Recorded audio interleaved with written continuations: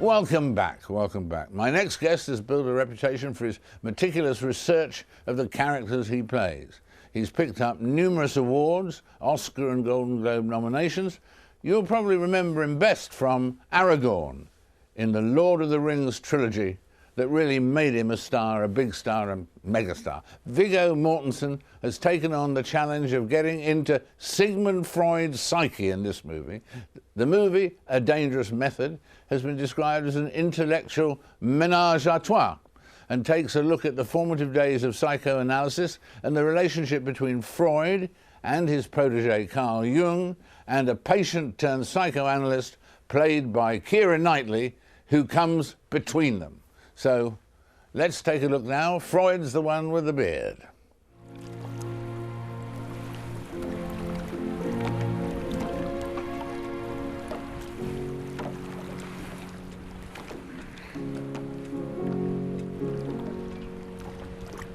There's a rumor running around Vienna that you've taken one of your patients as a mistress.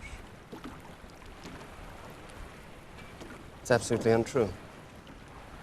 Well, of course it is. So I've been telling everyone. What's being said? I don't know. But the woman's been bragging about it. That somebody's sending out anonymous letters. Usual sort of thing. Bound to happen sooner or later. It's an occupational hazard. Yes. I hope I'd never be stupid enough to get emotionally involved with a patient.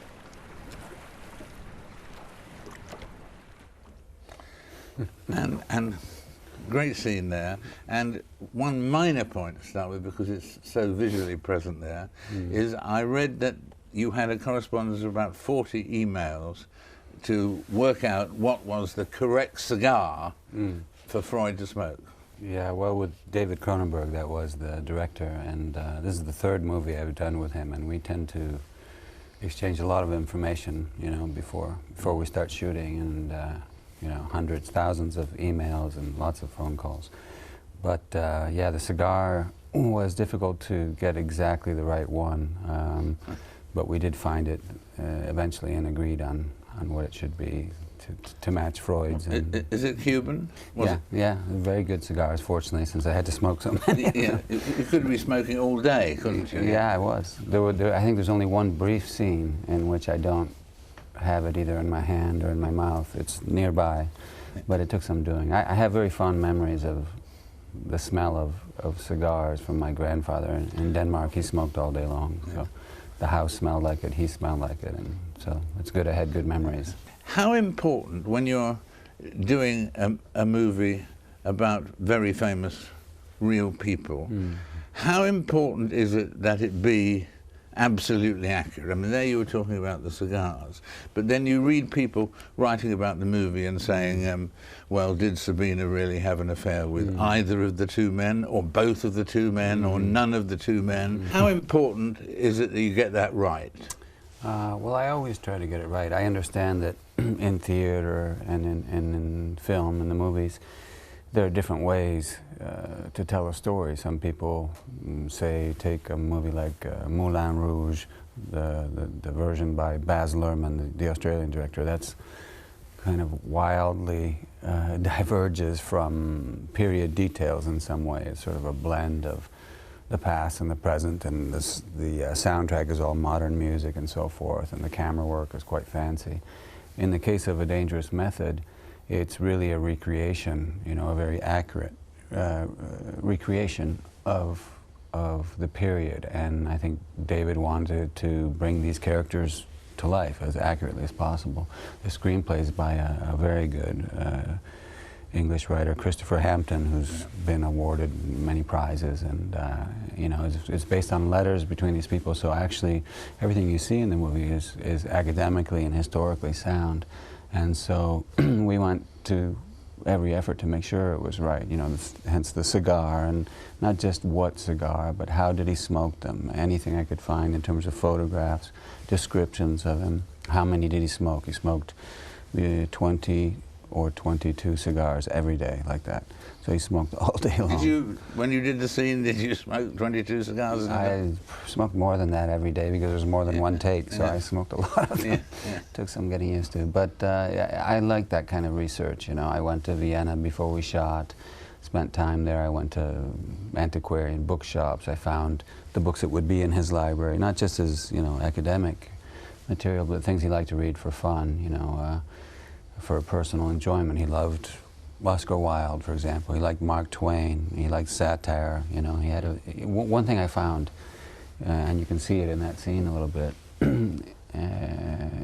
that I didn't know about him. I thought of Freud, as many people probably do, as a very serious, very austere, elderly gentleman. And in reality, he was someone who was described as having a great sense of humor, being very witty. And that helped me a lot because in this scene and other scenes, there's a wryness to the delivery, you know. There is very clearly in that particular scene. And I mean, people draw from the film and the general thing that in fact the difference between the two men was that Freud was not so much interested in a cure as getting people to talk about what's wrong or whatever, whereas Jung was, if one likes, more evangelistic and wanted to actually cure or help people. That was a big difference between these two great men. Do you agree with that? I do agree, and I mean they both wanted to help people. And Freud, who pioneered psychoanalysis, and Jung, who for a while was, you know, he mentored Jung and others at first. They weren't that far apart on that. The idea was to help people. But it is true that Jung believed that you could transform a person, make them be who they were meant to be, in his opinion, that you were going to cure someone. And I think that Freud's point of view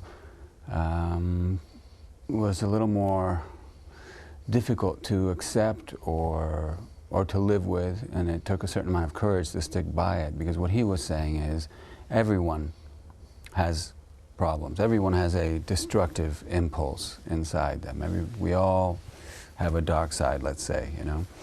And his point of view was that one ought to, if one's interested, explore that, make friends with that, or at least understand it. But he said, we're not going to cure you, you know. It's up to you to do what you will with it, but the best we can do is be aware of it. And I think that was uncomfortable for Jung and for many other people. It disturbed people that you would say, well, science is the best way to understand ourselves, but we will never get to the bottom of things, you know, the nature of things, what really makes us tick. We'll never really know, but it doesn't mean it's not worth making an effort. In the same sense that we're all going to die, and someone might say, well, why even take a bath? Why read a book? Why learn anything? Why get married? Why have children? You know, it's pointless. But Freud was, why I say brave, he was saying it doesn't matter. We're here, who knows why. Let's do our best to learn about ourselves, because if you don't understand those destructive impulses, they'll come out some way, in a harmful way to yourself and others. Yes, because I mean, Freud, I mean, the man with his surname on half of the water taps in Paris, as they used to say at school, I remember. But Freud, I mean, emphasized too sex more as the root cause of everything than Jung did, didn't he? Well, he modified that approach to some degree, but it is true that he said, why not talk about it, you know? And about women, it wasn't talked about at all. Women weren't meant to speak about it, think about it, know anything about it at that time. And I think he liberated a lot of people to be able to speak about those things. And Jung went in a direction that, in this movie, you see Freud nervous about it. He went in a more mystical direction. In other words, this thing that we can't solve, he wanted to solve it by having a sort of a, you know, a lot of times people use ideology or religion or some kind of blind faith as a way of escaping the things that you can't figure out. The fear of death, the fear of not being able to solve your problems. And Freud was saying, who knows if anything happens after death? who knows if there's anything out there? Let's deal with the here and now, including the body. And Jung would say, well, why do we have to call it by its name, its clinical name, parts of the body? And Freud said, why not? We've been for centuries, for thousands of years, not calling things by their name. I think it's time we do. And in terms of the other films you've done, like The Lord of the Rings and so on, you were complimented as the greatest swordsman that the expert had ever taught. How was it that you were such a good swordsman? I enjoyed it. I mean, I think when you enjoy your job, you tend to learn more and do better at it. I think that was Bob Anderson, who you mentioned, saying that, and he was a remarkable individual, and he started out with Errol Flynn. He was an Olympian for England. He got 4th place, I think, in the 1952 Olympics for fencing. And then someone said, well, this young guy is very good. Maybe we should have him be a stand-in or, you know, play the enemies of Errol Flynn in some movie. And that's where he started, and he worked on Star Wars and all kinds of movies. Well, I remember, in fact, when interviewing Richard Nixon, this was at San Clemente, and he said at one point, Brezhnev used to sleep in there. He was a great swordsman, you know, but he meant it in a different sense to Mr. Anderson. Yeah. And the. What are you going to do about politics this time around? Last time you backed Dennis Kucinich. Yes, and we've had him on, but I'm never sure how to pronounce his name. Yeah. And in the end, you backed the president in the end when he was no longer in the race. But I read that you've been a bit disappointed by President Obama. What are you going to do this time? I'm not the only one disappointed. It's easy to be disappointed. Unfortunately, until the system in the United States changes, where perhaps a little bit more like Canada, that that there's a set period for campaigning, and even better if there were a set amount of money, and I think it should be public funds, the same amount for each candidate, and a limited period. Unless restrictions on spending and the campaign period, unless those changes happen, it's just going to get worse and worse, and the quality of the candidates is going to keep declining. I mean, not in a political sense, but just in a sense of common sense and intelligence and qualifications. The rival candidates to Obama this time are quite laughable. I mean, the quality, I mean, it was no better last time with the Republican alternative, and Obama, unfortunately, is beholden to the same economic interests that have been controlling politics in the United States for a long time. So I am an optimist as a person, and I am disappointed, even though I am disappointed in Obama. It's so far, I mean, he's obviously going to be the only alternative, and he's the best of some bad choices, I suppose. I'd like to, this is on Dennis Kucinich is someone that I admire, as I admire people like the late Howard Zinn, Noam Chomsky, even Julian Assange. I mean, people who speak truth to power, no matter what it's going to cost them. I think those people are worth their weight in gold. That's why I support those people. It's not out of an ideological interest. It's people who look at the facts and speak about them without any vested interest. There are few of those in the world, unfortunately. But it's still worth it. It's like the same idea. Well, what's the point? It looks hopeless. It'll never change. Why do anything about it? You can say that about. You can say that about, for example, the terrible tragedy in Port Said. You know, with the football, with the rioting. You know, I remember in Spain and England they used to say, well, you know, fans are that way. You can't control this violence at football matches. It can't be done, and they did do something about it. They say that in Argentina, where I was raised until I was 11, the violence there is out of control, the corruption's out of control, and they say, well, Argentina's different, they're passionate, and you can't change it. I guess some people might say the same thing about Egypt or other countries. I don't think it's true. I think it's You know, when you go to a football match and you can say whatever you want and do whatever you want, that's a certain amount of freedom. But with freedom comes responsibility. And because most people are afraid of responsibility, in the end, most people don't really want freedom, is what it seems like to me. And so then you have people behaving that way or voting the way they do and playing into the hands of people who, that would like people to not have freedom, you know. In Egypt, for example, I think, unfortunately, this will only prolong the period of military authoritarian rule in that country, you know, which is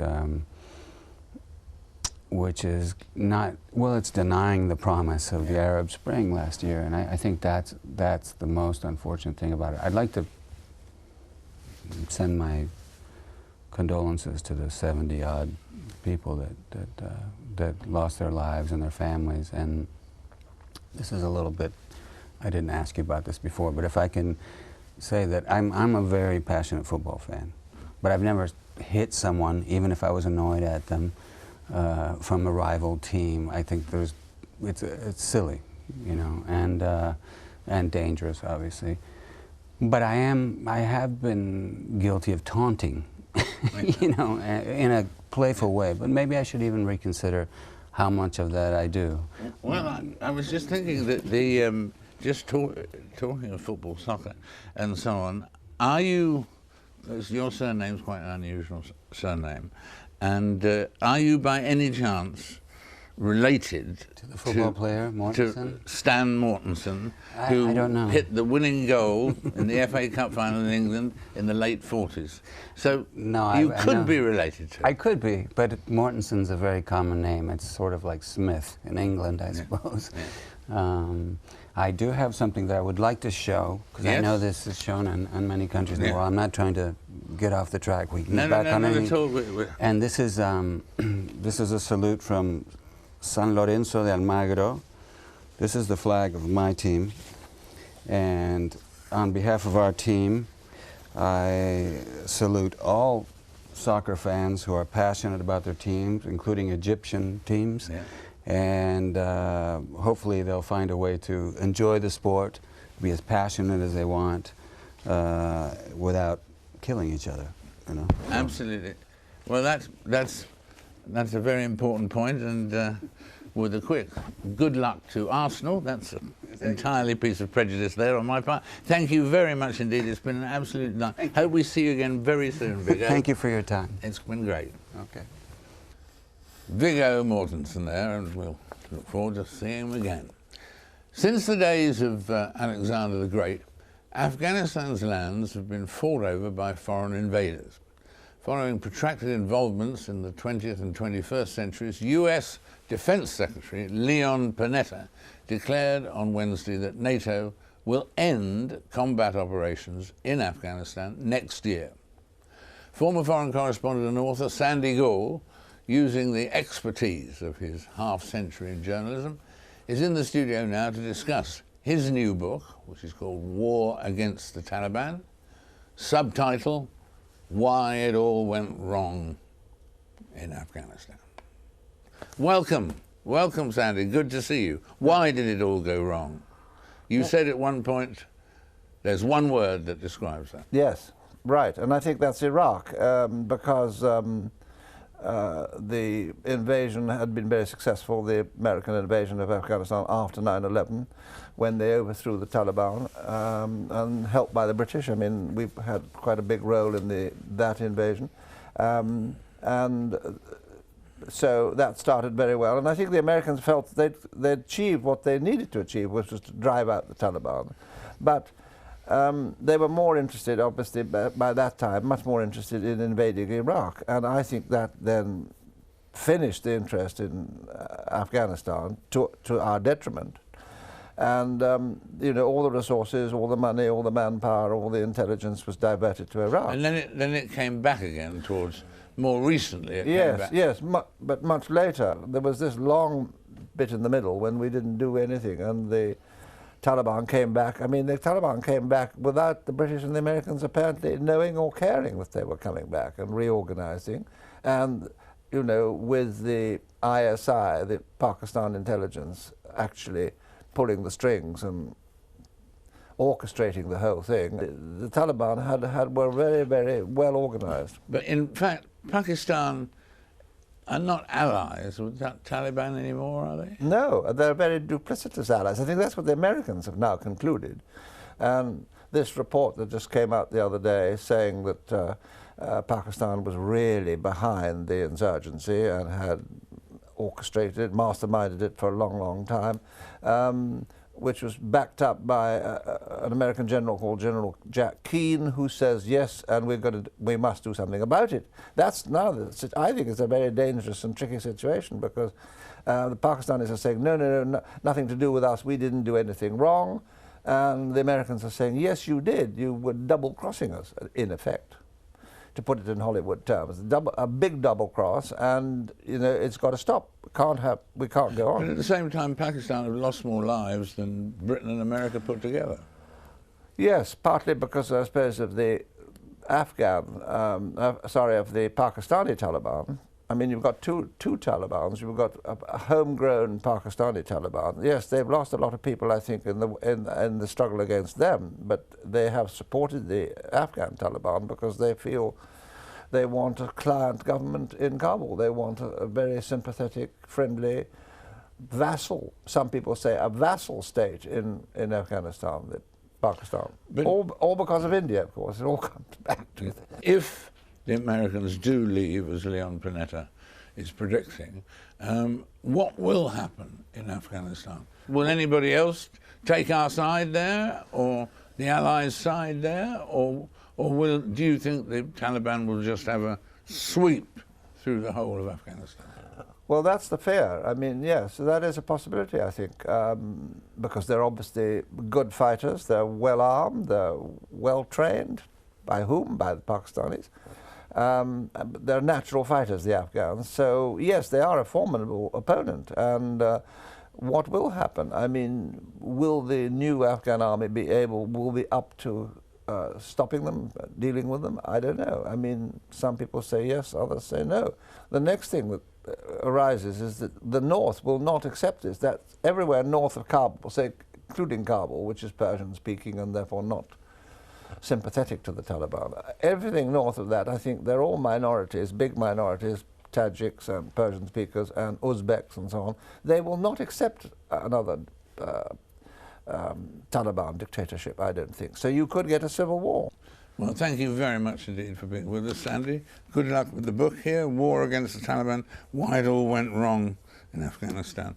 Perhaps you'll have another book in 2 or 3 years with a happy ending, and it'll say why it all went right in Afghanistan. Well, that would be wonderful. The end. Yes, I would like to see that because it's such a wonderful place. I mean, how many times have you been to Afghanistan? Well, I've got a charity there which we started, looks after disabled, and I go at least once a year to see that that's working all right. And that's been going for 30 years and so on. So Sandy Gall there telling us his latest insights in Afghanistan, where, as he says, he's been visiting annually since 1982.